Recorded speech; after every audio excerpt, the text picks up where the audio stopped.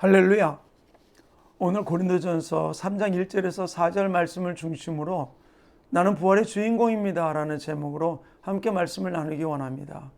오늘은 부활 주일입니다. 사망 권세를 깨뜨리시고 부활하신 주님의 놀라운 축복과 은혜가 여러분의 삶 가운데 넘치기를 간절히 축원합니다.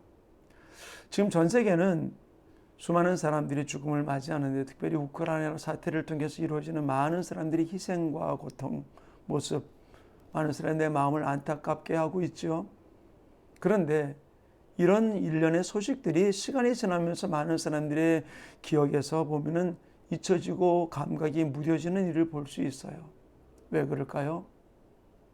그러한 일들이 나와 상관이 없기 때문이라는 것이죠.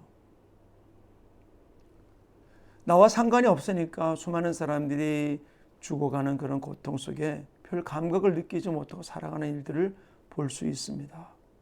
저는 이 부활절 아침 이 부활의 문제도 이와 똑같다는 생각이 들어요.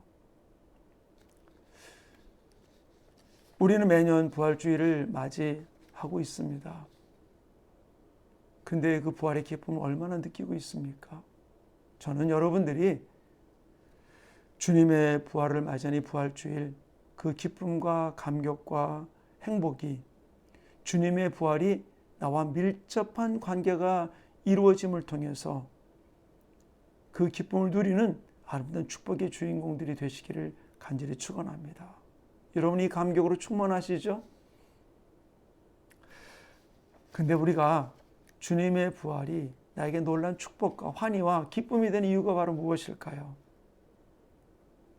성경은 우리에게 이 부분들을 많이 언급하는데, 오늘 본문 1절에 이렇게 주님의 부활이 우리에게 주는 축복이 어떤 것인지를 이야기해주고 있는데, 1절은 이렇게 이야기해주고 있습니다.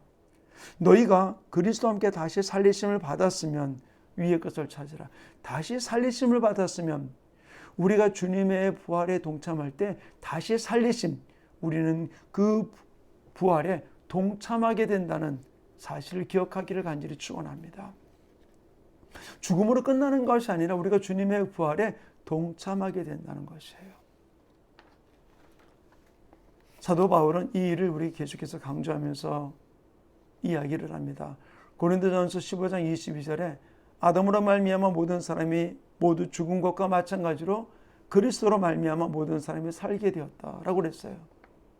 주님과 함께 우리가 살아나는 아름다운 역사 일어나게 될 때 이 땅에 주어지는 여러 가지 많은 일들 앞에 우리 힘들어하고 좌절하고 낙심하고 포기하는 것이 아니라, 바로 그 일 속에서라도 부활의 소망이 있기 때문에, 부활이 있기 때문에 그 고난 속에서도 주님의 이름으로 이기고 나가는 아름다운, 이것이 은혜임을 고백하며 나가는 축복의 역사가 일어나게 되는 줄로 믿습니다. 두 번째로 주님의 부활이 우리에게 주는 축복이 바로 무엇일까요? 1절은 이렇게 이야기를 해주고 있습니다. 거기는 그리스도께서 하나님 우편에 앉아 계시느니라. 예수님이 부활하셔서 하나님 우편에 앉아 계시다 그랬어요. 승리하신 주님이 하나님 우편에 앉아서 그냥 우리가 살아가는 모습을 가만히 보고 있을까요? 성경은 우리에게 이야기를 해주고 있습니다. 로마서 8장 34절에 그는 하나님 우편에 계신 자의 우리를 위하여 간구하시는 자라. 주님 우리를 무엇을 간구할까요? 우리를 인도하기 위해서, 우리를 보호하기 위해서, 우리를 지키기 위해서 간구하고 계심을 이야기를 해주고 있는 것이죠. 지금도 살아 계셔서 우리를 지키고 보호하고 인도하시는 성령 하나님이 우리와 함께하고 있다는 사실이에요. 이것이 어떤 것과도 바꿀 수 없는 놀라운 축복이라는 사실을 우리는 기억하면, 내가 이 땅 여러 가지 많은 일들 속에서라도 주님이 나를 생명싸개로 보호하고 있는 아름다운 주인공이 여러분이라는 사실을 기억하면서 이 부활의 기쁨으로 달려가는 아름다운 모습이 이루어지기를 간절히 축원합니다. 세 번째로는 주님의 부활이 나에게 주는 축복이 바로 무엇일까요? 오늘 본문 4절은 이렇게 이야기해 주고 있습니다. 우리 생명이신 그리스도께서 나타나실 그때에 너희도 그와 함께 영광 중에 나타나리라.